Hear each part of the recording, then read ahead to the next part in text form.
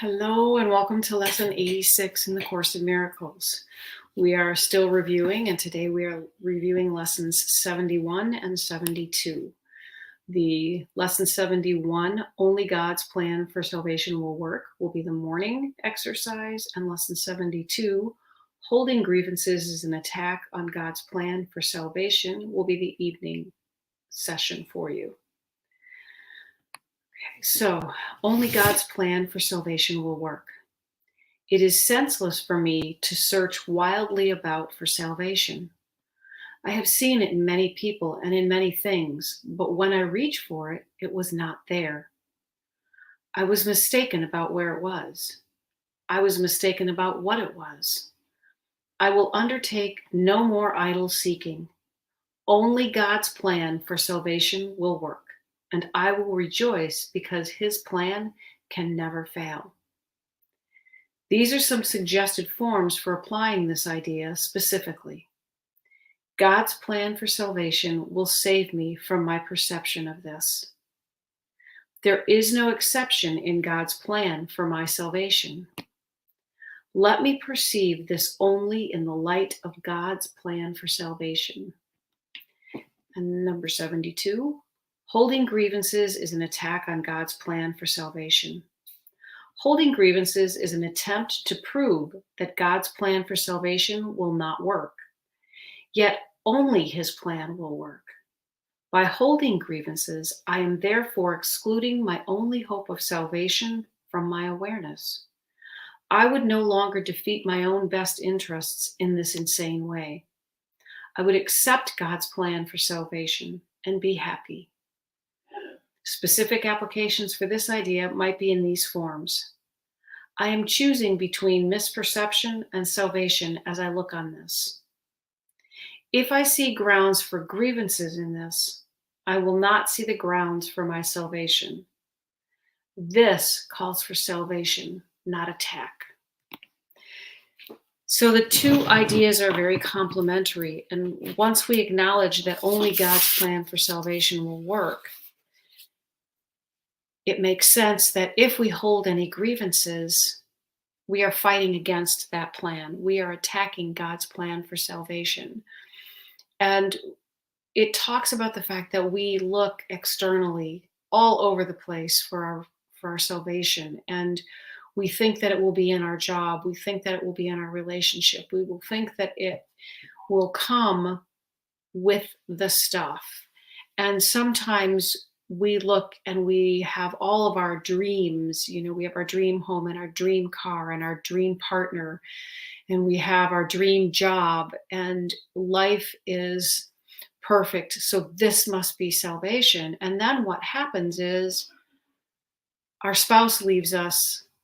And in all of that process, we lose everything. All of the stuff. We lose the car, the house. For some reason, we lose the job. Maybe we need to relocate. And we often associate that with our failure, with the fact that we are not worthy, that salvation, that love, that light, that our happiness has just been eliminated. And if we understood that none of that matters, stuff comes and goes, jobs come and go. Relationships come and go. They come and go in many forms. Sometimes we have a relationship and it leaves and then it comes back again later. But it is a little bit cyclic and it is a little bit conditional. And God's plan for salvation is not conditional. It is eternal.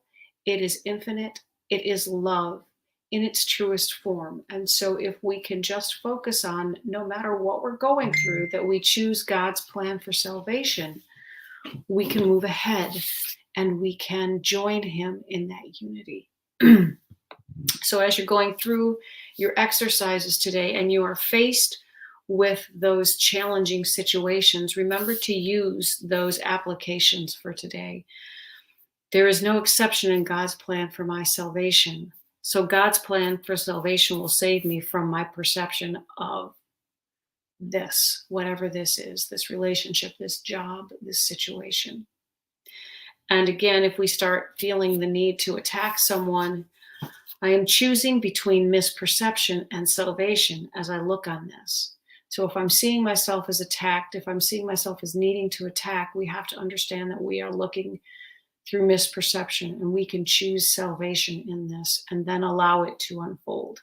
Okay, so we're going to move on to Tina Spalding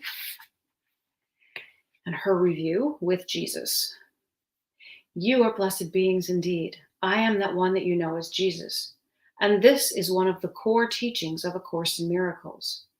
When you judge and hold grievances, when you say, you shouldn't have done that, it shouldn't be this way, this is wrong, you in fact attack God, in the sense that something is happening and this is what the universe is expressing at this time. When you argue with reality in the world in which you find yourself now, we use this word reality with a small r. You fight with God. It is that simple. The thing you dispute has already come into being. It is there. It is important for you to truly understand the extreme power of acceptance. When you stop arguing with what is and go into a place of acceptance, even if you don't want more of what is right now, it benefits you to accept reality, the small reality, the reality of this world, because that is what has been decided upon. That is what has manifested. And there's no point in arguing with it. It is what is. Sometimes what is seems bad. Sometimes what is looks like something you don't want. The death of a loved one or lack of money. But it is what is. You are foolish and wasting time to argue with what is. You may shift and change your perception. You may work on becoming more loving as a consequence of what is. You cannot change it.